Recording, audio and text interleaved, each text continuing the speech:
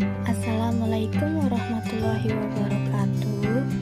Di sini kami akan memaparkan tentang biografi tokoh milenial nasional inspiratif. Sebelumnya, izinkan kami, Lansar CPNS tahun 2021, golongan 3 angkatan 1, kelompok 1, Kabupaten Tanah Laut, untuk memperkenalkan diri.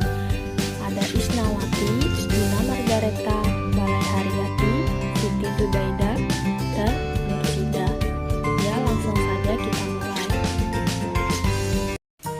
Dr. Susi Pujiastuti atau yang lebih sering dikenal Ibu Susi lahir di Pangandaran, Jawa Barat, 15 Januari 1965, adalah seorang mantan Menteri Kelautan dan Perikanan dari Kabinet Kerja 2014 sampai dengan 2019 di bawah kepemimpinan Joko Widodo, yang juga pengusaha pemilik dari Presidir PT ASI Pujiastuti Marine Product.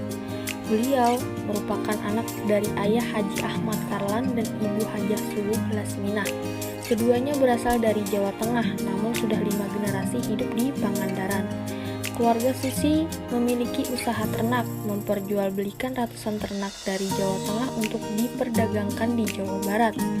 Kakek buyutnya adalah Haji Ireng, yang dikenal sebagai tuan tanah di daerahnya.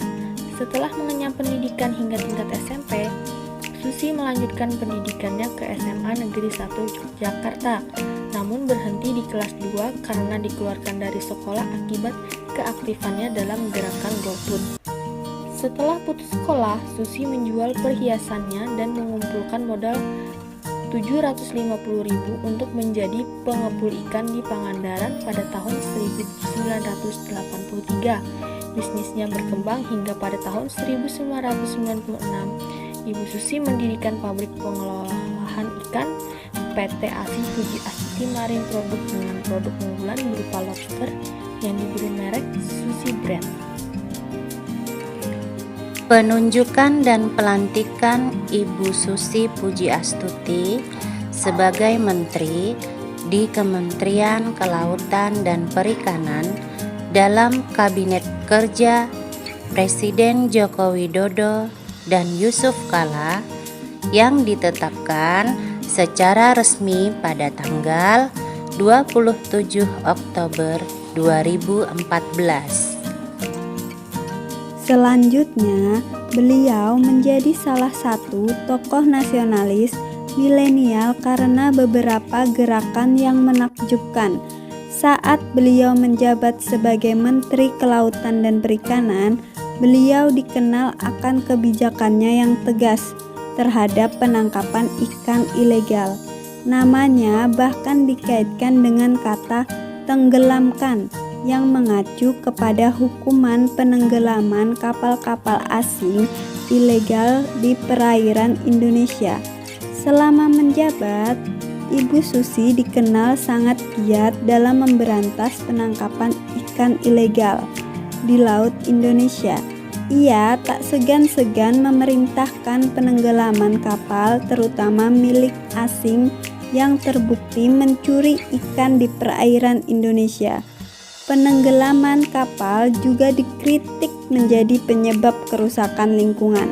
Ibu Susi menjelaskan bahwa kapal-kapal yang ditenggelamkan akan menjadi terumbu karang.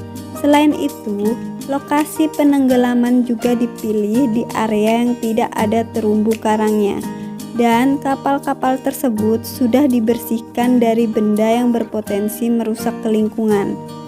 Kebijakan beliau yang lain adalah melarang alat tangkap yang merusak lingkungan dan larangan ekspor benih lobster.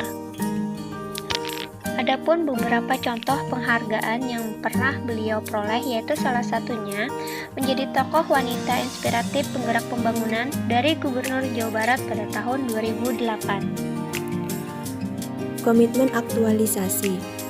Di dalam mengaktualisasikan nilai-nilai dari nasionalisme, tentunya kita mendasarkan pada nilai-nilai yang terkandung pada sila-sila Pancasila. Yang pertama yaitu nilai ketuhanan, di mana kita melibatkan nilai ketuhanan tersebut pada nilai moral universal dan menjadikannya landasan pengelolaan dalam kehidupan. Yang kedua yaitu nilai kemanusiaan. Dalam hal ini diperlukan adanya keseimbangan antara kebangsaan dan agenda internasional agar kita mampu menghadapi tantangan global. Yang ketiga yaitu nilai persatuan, di mana kita harus mampu hidup bersama didukung dengan semangat gotong royong. Yang keempat adalah nilai kerakyatan, di mana di dalam kerakyatan ini kita menjadikan demokrasi bukan suatu alat, melainkan suatu kepercayaan atau keyakinan untuk mencapai suatu masyarakat yang ditentukan. Yang kelima adalah nilai keadilan, yaitu perwujudan reaksi yang adil